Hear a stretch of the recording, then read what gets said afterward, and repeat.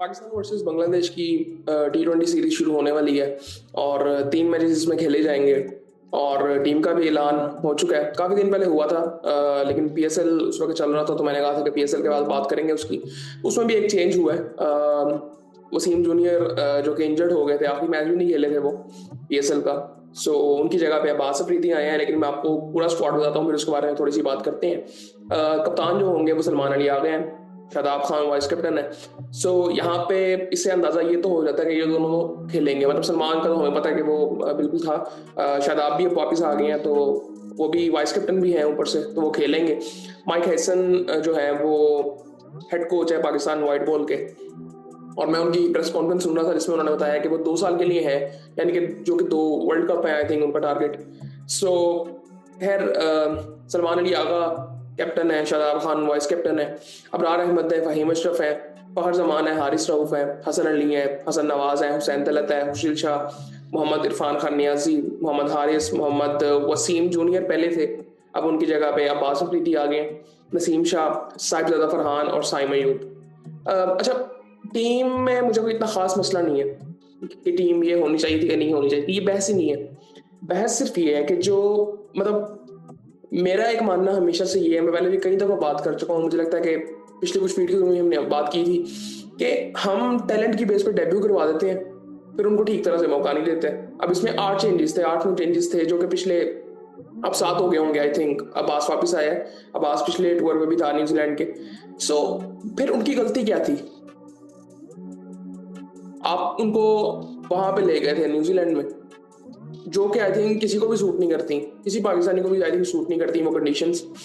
सो खैर, अब उस बहस में क्या पढ़ना है। अब मकसद एक ये है कि असल चीज़ ना, मैं पहले कई दफ़ा बात कर चुका हूँ कि हमें कुछ चीज़ें ना डिफाइन करनी पड़ेंगी कि हमारा विजन पाकिस्तान टीम को लेके क्या है। कि पाकिस्तान टीम को कोई ऐसी बात नहीं करता, अब कोच हेड कोच आया है, ठीक है, अब उसको ड्यूटीज दी जाएंगी। मेरे ख्याल से तो हेड कोच का विजन होना चाहिए। अब इसमें हेड कोच की गलती नहीं होती, वो तो एक नौकरी करने आया है, क्योंकि इंटरनेशनल कोच है ना। पाकिस्तानी कोच होता तो फिर भी हम उम्मीद नहीं कर सकते थे, क्योंकि वो भी नौकरी समझ के ही आते हैं। सो आई थिंक कोई ऐसा बंदा होना चाहिए जो कि पाकिस्तान क्रिकेट का जनरली विजन रखे और उसके मुताबिक फिर अपने एक्शन ले। जिस तरह पिछले साल बात की जा रही थी कि जी हम ये टूर्नामेंट शुरू कर रहे हैं और 5 मेंटोर्स हमने रख दिए हैं, उनको 6 करोड़ रुपया साल का दिया जाएगा, पता नहीं वो क्या कर देंगे, उसकी उस वक्त कोई सेंस नहीं बन रही थी। अब साल बाद उन्होंने वो खत्म की है, तो फिर फायदा क्या?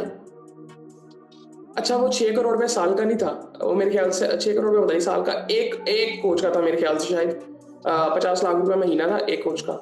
सो क्या फायदा उसका फिर? 6 करोड़ रुपया साल का इंडिविजुअल कोच का था, वो 5 मेंटोर्स थे। लेकिन उनका कोई, मुझे वो समझ नहीं आया था कि वो रोल क्या वो कर रहे हैं और क्यों वो उस जगह पे वो क्यों है। वकार यूनुस का काम वो था ही नहीं टीम बिल्ड करना, ना कि शुएब अली का काम वो था, ना सरफराज का काम वो था, ना मिसबा का काम वो था, ना सकलैन मुश्ताक का काम वो था। इनसे काम आपको ये लेना ही नहीं था जो आपने काम उनसे लिया है। वहां पे वो कोई काम नहीं करते थे। इवन वकार यूनुस एक शो में बैठे होते थे, उनको पता ही नहीं होता था कि टीमें कितनी हैं और कौन कौन सी टीमें हैं। सो खैर, ये सूरत हाल होती है।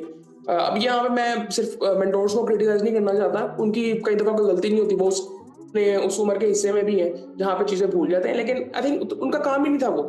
वकारी ने उसका काम ये हो सकता है कि आप उनको अंडर 19 में लगाएं, अंडर 16 में लगाएं, जहाँ पे आप उनको एक पूल दें फास्ट बॉलर का, जहाँ पे उनको वो ग्रूम करें कि बेटा आपने अपनी जो फिजिक का ध्यान किस तरह से रखना है, किस उम्र में क्या करना है। जिस तरह तलहा आपको नजर आया 17 18 साल का, अब उसको क्या पता है कि उसने आगे आने वाले टाइम में क्या करना है। ठीक है, नसीम शाह एक मिसाल है, 16 साल की उम्र में उसने डेब्यू किया था, आज तक उसको पता ही नहीं चला मैंने बॉल कहाँ करनी है। शाहीन शाह को आई थिंक पता नहीं 8 10 साल हो गए हैं, उसके साथ भी सेम मसले, उसको पता ही नहीं होता कि मैंने अब ये पिछले 3 4 मैचों में परफॉर्मेंस आई है, पिछले 2 3 साल परफॉर्मेंस नहीं गई, आज तक किसी को पता ही नहीं चला हमने क्या बात करनी है, क्या बॉल करना है। ना स्किल पे कंट्रोल है, ना आपको पता है कि आपने रिस्पॉन्स कैसे करना है। सो यार, ये सारे मसले हैं। खैर, इंडिविजुअल्स पे बात करते हैं जरा। जो टीम सेलेक्ट हुई है, सलमान अली आगा बिल्कुल ठीक है, मुझे लगता है कि एक बेहतर ऑप्शन है, लेकिन मैं फिर भी समझता हूँ कि हमारी टी20 की 2 3 टीमें बननी चाहिए और एट द सेम टाइम हमारी 2 3 टी20 सीरीज होती रहनी चाहिए, फिर जाके हम जरा उनके करीब जाना शुरू होंगे। क्योंकि आपने इतने प्लेयर्स को डेब्यू करवा दिया व्हाइट बॉल में स्पेशली कि 2-3 टीमें आराम से बन सकती हैं। खैर सलमान अब इसमें है, शादाब वाइस कैप्टन है, ठीक है।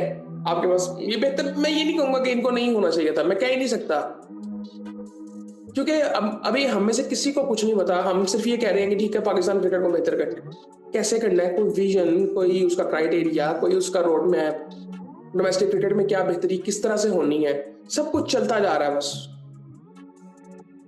अबरार अहमद ठीक है, फहीम अशरफ ठीक है, अगर पीएसएल की परफॉर्मेंस पे है, वो पहली टीम में आ चुके थे, लेकिन ठीक है, मुझे लगता है कि मुझे फिर भी काफ़ी इम्प्रूव्ड लगे हैं इस टूर्नामेंट में पीएसएल की अगर मैं बात करूं। लेकिन कोई इतना मतलब मैं ये नहीं कहूँगा कि बैटिंग उनकी काफ़ी बेहतर लगी है, मेच्योरिटी वहाँ पे नज़र आ रही थी, बॉलिंग भी इवन कई जगहों पे बेहतर थी, लेकिन फाइनल में कोई इतनी खास बॉलिंग नहीं उन्होंने की नहीं।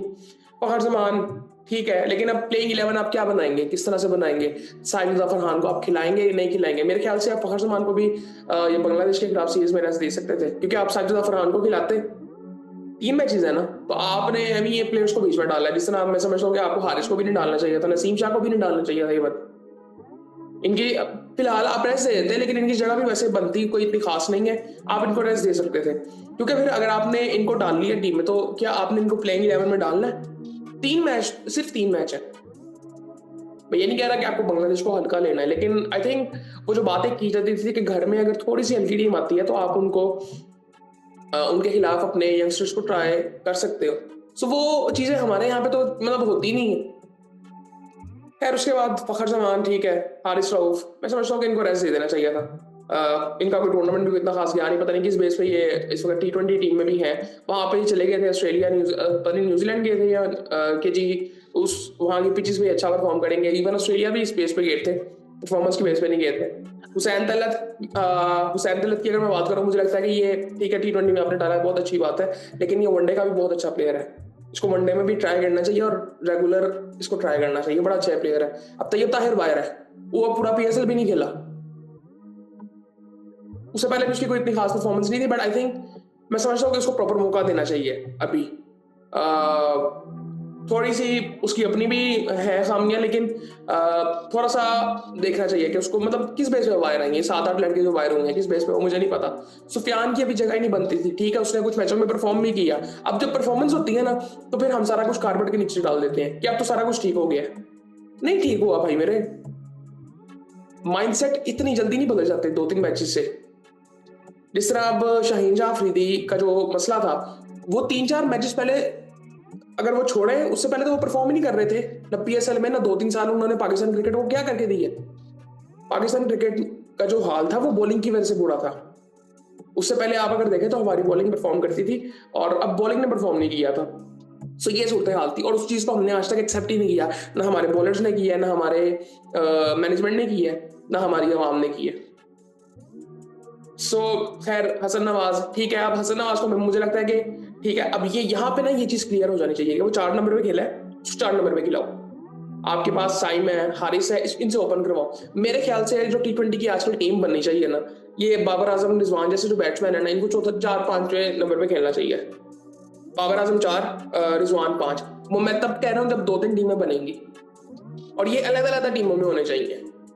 अगर इनको खिलाना है, आपने खिलाना क्या मतलब है, अगर इनकी जगह बनती है तो फिर खिलाएं, जगह नहीं बनती तो फिर किसी को भी खिलाने की जरूरत नहीं है। लेकिन मैं फिर भी कह रहा हूं कि अगर आप 2-3 टीमें बनाते हैं फिर तो जाहिर बात है इनकी जगह बनेगी। इसी तरह अब हसन है, हसन मेरे ख्याल से उसको चौथे नंबर पे खिलाना चाहिए। अब हुसैन तलत है, मेरे ख्याल से उसको 5वें नंबर पे खिलाना चाहिए। उजिल जावी फिर है, इरफान खान नियाजी भी है। अब इरफान खान नियाजी के बारे में बात की जाती है कि उनको ऊपर खिलाना चाहिए, अब कहाँ ऊपर खिलाना चाहिए? उनसे मतलब उनकी भी 1-2 इनिंग्स आती हैं अरसे बाद, लेकिन आई थिंक तकनीक तो उनकी काफी बेहतर है, बट आई थिंक उनको देखना पड़ेगा कि उनको बेहतर परफॉर्म करना है। अब शादाब खेलेगा तो फिर क्या बुशिल खेलेगा, कुछ अभी पता नहीं है कि सिर्फ 3 मैचेस हैं, तो आपने ट्राई किस तरह से करना है प्लेयर्स को, मुझे कुछ नहीं पता। और इसके बाद जो सीरीज आएंगी वो अभी मेरे ख्याल से पास पास तो कोई सीरीज नहीं है, 2-3 महीने का आई थिंक गैप है इसके बाद। खैर उसके बाद हुसैन तलत है, खिलाना है तो फिर रेगुलरली खिलाएं, अदरवाइज मत खिलाएं। सो उसके बाद और अगर यहाँ पे परफॉर्म नहीं करते तो इसका मतलब ये नहीं कि आप वनडे से भी बाहर कर दें। वनडे में आई थिंक मेरे ख्याल से उसने परफॉर्म वनडे में वैसे किया हुआ है हुसैन दौलत ने। उसकी परफॉर्मेंस जो है ना वो वनडे में है। पीएसएल में तो कोई इतनी खास परफॉर्मेंस नहीं थी, एक दो मैचेस में कुछ उसने स्कोर किए थे, लेकिन उसकी जो असल परफॉर्मेंस थी वो जो चैंपियंस कप हुआ था वनडे का उसमें थी। हुसैन शाह काफी बेहतर है, बट मैं फिर भी नहीं कहूंगा कि फील्डलेस क्रिकेट खेलते हैं। बहुत बेहतर, बहुत इंप्रूव नजर आए हैं इस पीएसएल में, इससे पहले नहीं, क्योंकि लेकिन वो चैंपियंस ट्रॉफी में उनको डाल दिया गया था। पीएसएल उन्होंने काफी बेहतर खेला है, बट मैं फिर भी कहूंगा कि बहुत कई जगहों पे बहुत साफ नजर आया कि फियर ऑफ फेलियर है और बहुत डिफेंसिव क्रिकेट खेली गई है। सो इनको भी बहुत बेहतर करनी है अपनी गेम, चारों साइडों की मिच्योर करना है अपने आप को। फहीम के साथ भी सिंपली मैं ये कहूंगा काफी बेहतर है, लेकिन और बेहतर करना है अपने आप को। उसके बाद इरफान खान, न्याजी, इनको रेगुलरली परफॉर्म करना पड़ेगा, बहुत ज्यादा कंसिस्टेंट होना पड़ेगा, क्योंकि इनको मौके जिस तरह से मिल रहे हैं ना, ये अगर इनको ये गायब हुए ना तो फिर पक्का पक्का गायब होंगे। सो आई थिंक इनको कुछ सोचना चाहिए थोड़ा सा। हारिस ठीक है, मैं समझता हूँ कि हारिस और साइम को ओपन करना चाहिए और तीसरे नंबर पे फखर को खेलना चाहिए, या हारिस आ जाए नीचे। लेकिन मैं हारिस के इस वजह से कह रहा हूँ कि वो राइट लेफ्ट का कॉम्बिनेशन हो जाता है। लेकिन फिर उसके बाद साजिद फरहान भी तो अब है।